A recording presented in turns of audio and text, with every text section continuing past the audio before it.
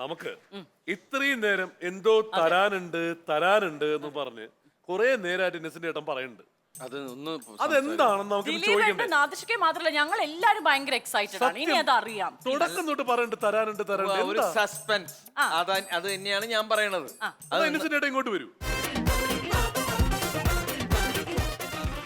എന്താണ് സംഭവം? ഗോപിയെ പോയിട്ട് ആ ബോക്സ് എടുത്തിട്ടോട്ടെ. ബോക്സ് ഇതൊക്കെ നേരത്തെ സെറ്റ് ചെയ്ത് ഗോൾഡ്. ഓ എന്റെ അമ്മേ, ഇത് പൊങ്ങുന്നില്ല. ഹെൽപ്പ് വേണോ ഗോപിക? ഞാൻ വരാം. പൊങ്ങാമല്ലോ. പ്രകാശ് സാറിന്റെ ഈ പെട്ടി ഇതിനു മുമ്പ് ഞാൻ കണ്ടിട്ടുള്ളത്. അയ്യോ, സൂക്ഷിച്ചു. എന്തോ കനത്തിൽ തരാനിരിക്കുക കേട്ടോ നിങ്ങൾ. ഞാൻ നിന്റെ സസ്പെൻസ് അതെ അനുഗ്രഹം വാങ്ങിക്കടാ. സസ്പെൻസ് പൊളിക്കാൻ പോവാണ്. അനുഗ്രഹം നന്നായി എല്ലാവരും അനുഗ്രഹം വാങ്ങണം. നന്നായി വരും. വിത്ത് യുവർ പെർമിഷൻ തുറക്കട്ടെ. തുറന്നോളൂ. ദൈവമേ, മുതല കുഞ്ഞുങ്ങളായിരിക്കും. കണ്ടില്ലേ ഇതെന്താണ്? അയ്യോ, കൊറേ കാലമായിട്ട് നിങ്ങള് എന്റെ ശബ്ദം വെച്ചും നിങ്ങൾ ഒരുപാട് കാശ് ഉണ്ടാക്കിയിട്ടുണ്ട്. അതിന്റെ ബില്ലുകളാണ് ഇതൊക്കെ. കേട്ടോണ്ട് നിന്നാ മതി. അതെ, അല്ലാണ്ട് വേറെ ഒന്നും പറയാനില്ലേ ചേട്ടാ. നമ്മള് മിമിക്രി ചെയ്തല്ലേ? മിമിക്രി ഒരു കലയല്ലേ? നിയമമുണ്ട്. ദാസേട്ടൻ നിന്നൊരു പാട്ട് പാടി കഴിഞ്ഞാൽ റോയൽറ്റി കൊടുക്കണം. ഇന്നസെന്റ് ചേട്ടന്റെ പേര് നിങ്ങൾ പലയിടത്തും ഉപയോഗിച്ചു. നിങ്ങളുടെ ദേ മാവേലി കൊമ്പത്തിലെ മാവേലി ആരാ? ഇന്നസെന്റ് ചേട്ടൻ.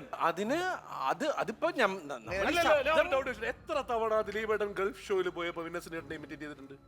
ഞാൻ ഒരുപാട് സിനിമയിലോ ഞാനിത് കോടതി കൊണ്ടുകൊടുത്ത് കേസിന് നടക്കാൻ പോവാണ്. നമ്മളിതൊക്കെ ഇങ്ങനെയൊക്കെ എടുത്തു വെക്കുന്ന ആളാണ്. നമ്മൾ അപ്പച്ചാന്ന് വിളിച്ചിട്ട് ഇമ്മാതിരി പരിപാടിയാണ് ആളാണ്. അതുകൊണ്ട് ഞാൻ എത്രയോ പ്രാവശ്യം ഈ ഫ്ലോറിൽ തന്നെ പറയണത് ചേട്ടനെ വിറ്റ കാശാണ് ഞങ്ങളുടെ ജീവിതം, എന്റെ ദിലീപിന്റെ ഒക്കെ ജീവിതം.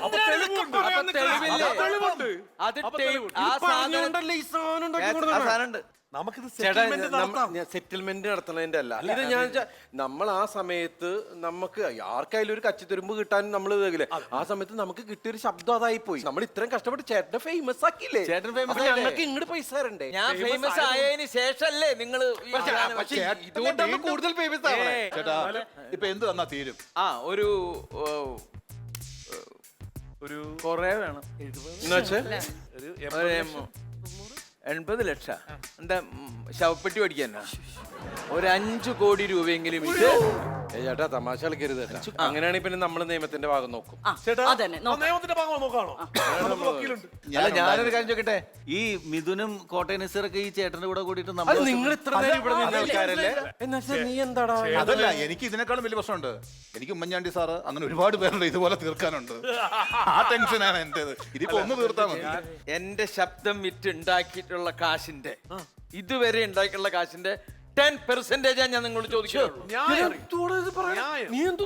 ചേട്ടാ, ഒരുപാട് നാള് ലൈം ലൈറ്റ് നിർത്തിയല്ലേ അവര്. 5 കോടിയുടെ കേസല്ലേ ഉള്ളൂ. സെറ്റിൽ അല്ല, ഒരു കാര്യം ചെയ്യാം. ഇതിനൊക്കെ നമുക്ക് നമ്മുടെ ആളെ വിളിക്കാം. അഡ്വക്കേറ്റ് മുകുന്ദൻ ഉണ്ണി.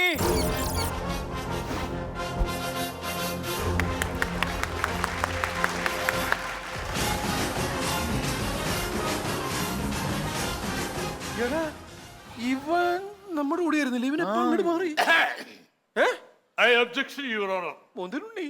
മലയാള സിനിമയിൽ ഒരു കഥാകൃത്തായി, ഒരു നിർമ്മാതാവായി, ഒരു ഹാസ്യനടനായി, ഒരു നാടക നടനായി ജീവിച്ചു പോന്ന എന്റെ ഈ കക്ഷിയുടെ ശബ്ദവും ചലനങ്ങളും അത് അനുകരിച്ച് അത് ഫൈനാൻസുകാരിലും ഉത്സവ പറമ്പിലൊക്കെ വിറ്റ് പുട്ടടിച്ചിട്ട് എന്റെ കക്ഷി അതിന് റോയൽറ്റി ചോദിച്ചപ്പോൾ അതിനൊരു ലെമൺ ടീ പോലും വാങ്ങിക്കൊടുക്കാത്തൊരു വഞ്ചകനാണ്.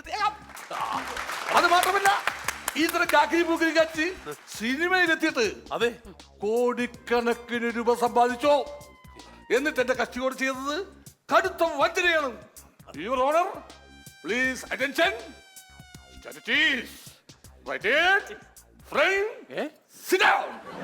ആയതിന്റെ പേരിൽ ഇദ്ദേഹത്തിന് തക്ക ശിക്ഷ കൊടുക്കണം എന്ന് ഞാൻ ബഹുമാനപ്പെട്ട കോടതിയോട് അഭ്യർത്ഥിക്കുക. മോഹനുണ്ണി, ഒരു മിനിറ്റ്.